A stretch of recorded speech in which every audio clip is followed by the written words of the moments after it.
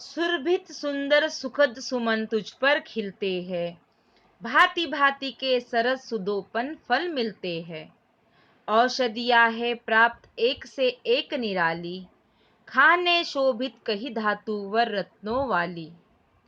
जो आवश्यक होते हमें मिलते सभी पदार्थ है, हे मातृभूमि वसुधा धरा तेरे नाम यथार्थ है। यहाँ पे देखिए, खिलते, मिलते, निराली, रत्नों वाली, पदार्थ, यथार्थ, ये कैसे शब्द है बच्चों? लयात्मक शब्द, जिसके लय एक जैसे है।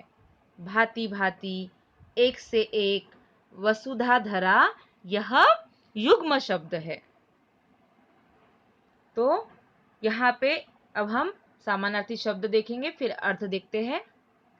समानार्थी शब्द सुरभित सुगंधित सौरभित, सुखद सुखी, सुमन पुष्प फूल, भांति भांति अलग अलग, सरस रसयुक्त, सुधोपन अमृत तुल्य रस, निराली अलग, खाने खदान। आवश्यक जरूरी, वसुधा धरा धरती वसुंधरा, यथार्थ वास्तविक, वर श्रेष्ठ। अब हम पंक्तियों का अर्थ देखते हैं। यहाँ पे कवि कह रहे हैं कि मातृभूमि से प्राप्त होने वाली जो संपदा है वह अलग अलग है, और उसके बारे में यहाँ कवि बता रहे हैं कि सुरभित यानी सुगंधित, सुंदर सुखद यानी सुखी, सुमन यानी फूल, ये सब कहाँ खिल रहे हैं? मातृभूमि पर खिल रहे हैं। सुगंधित सुंदर सुख देने वाले फूल यहाँ खिलते हैं। अलग अलग भांति भांति के रसयुक्त सुदोपन फल यहाँ मिलते हैं, यानी रस से भरे हुए अमृत के समान यहाँ पर फल प्राप्त होते हैं। यहाँ एक से बढ़कर एक अलग अलग औषधियाँ प्राप्त होती है, जड़ी बूटियाँ प्राप्त होती है। पहले के जमाने में तो कोई ऐसी एलोपैथिक दवाइयाँ नहीं थी, सब आयुर्वेदिक दवाइयों से काम होता था। तो वो आयुर्वेदिक दवाइयाँ भी किससे बनती थी? जड़ी बूटियों से। और आज भी कई क्षेत्र ऐसे हैं जहाँ पे आयुर्वेदिक दवाइयाँ ही ली जाती है। तो ये सब हमें कहाँ प्राप्त हो रहे हैं? हमारी इसी मातृभूमि पर प्राप्त हो रहे हैं। जैसे आपने सुना होगा कि जो बजरंग बली थे, उन्होंने क्या लाया था? कौन सी जड़ी बूटी लाई थी? किस पर्वत से लाई थी?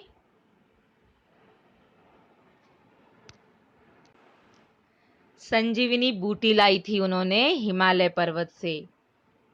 तो ये आज के समय की बात नहीं, ये पहले सदियों से चले आ रहा है, और ये सब हमारी मातृभूमि में प्राप्त हो रहा है। सुंदर फूल, अलग अलग रस से भरे हुए फल, अलग अलग प्रकार की औषधियाँ, खाने शोभित कही धातुवर रत्नों वाली।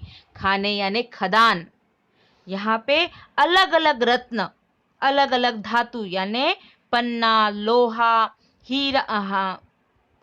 हीरा मोती सोना तांबा, ये सब अलग अलग धातु और रत्न की खाने यहाँ पे शोभित है। सोना चांदी, ये सब कहाँ प्राप्त हो रहा है? तो हमारी मातृभूमि, हमारी धरती पे। इसलिए कहा गया है खाने शोभित कही धातुवर रत्नों वाली, यानी अलग अलग विभिन्न विभिन्न धातुओं से हमारी मातृभूमि शोभित है।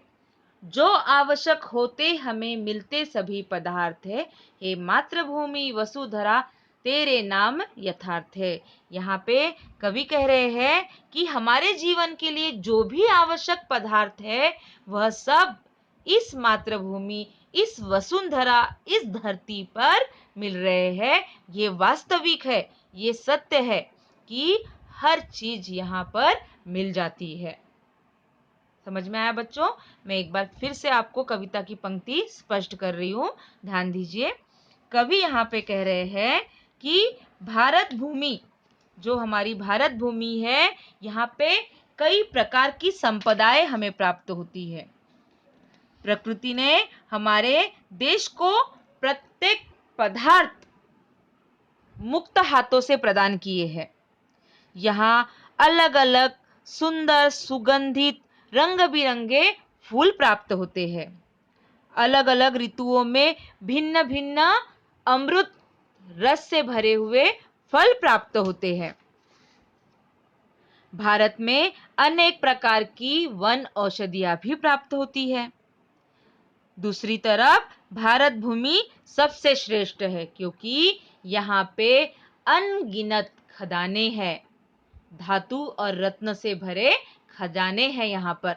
सोना, चांदी, लोहा, तांबा, पीतल, हीरा, मोती, अनेक प्रकार के जवाहरात यहाँ प्राप्त होते हैं।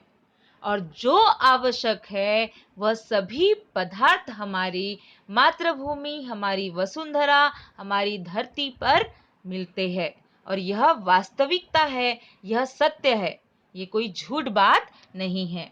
तो ये सब हमारे मातृभूमि पर प्राप्त होते हैं, इसलिए हमारी मातृभूमि विशेष है, इसका अपना अलग स्थान है। तो आज की तासिका में हम इतना ही पढ़ेंगे। दोनों कविता की पंक्तियों को आप फिर से पढ़िए। बताए गए जो वीडियो है उसको ध्यान से सुनिए। पीडीएफ फाइल से शब्दार्थ जरूर लिखिए। पीडीएफ फाइल में आपको गृह कार्य भी 2 प्रश्न दिए हैं मैंने, तो दोनों प्रश्न के उत्तर आपको जरूर लिखना है। बच्चों, समय पर दिया गया काम समय पर करोगे तो उसका फायदा आपको जरूर होगा। धन्यवाद।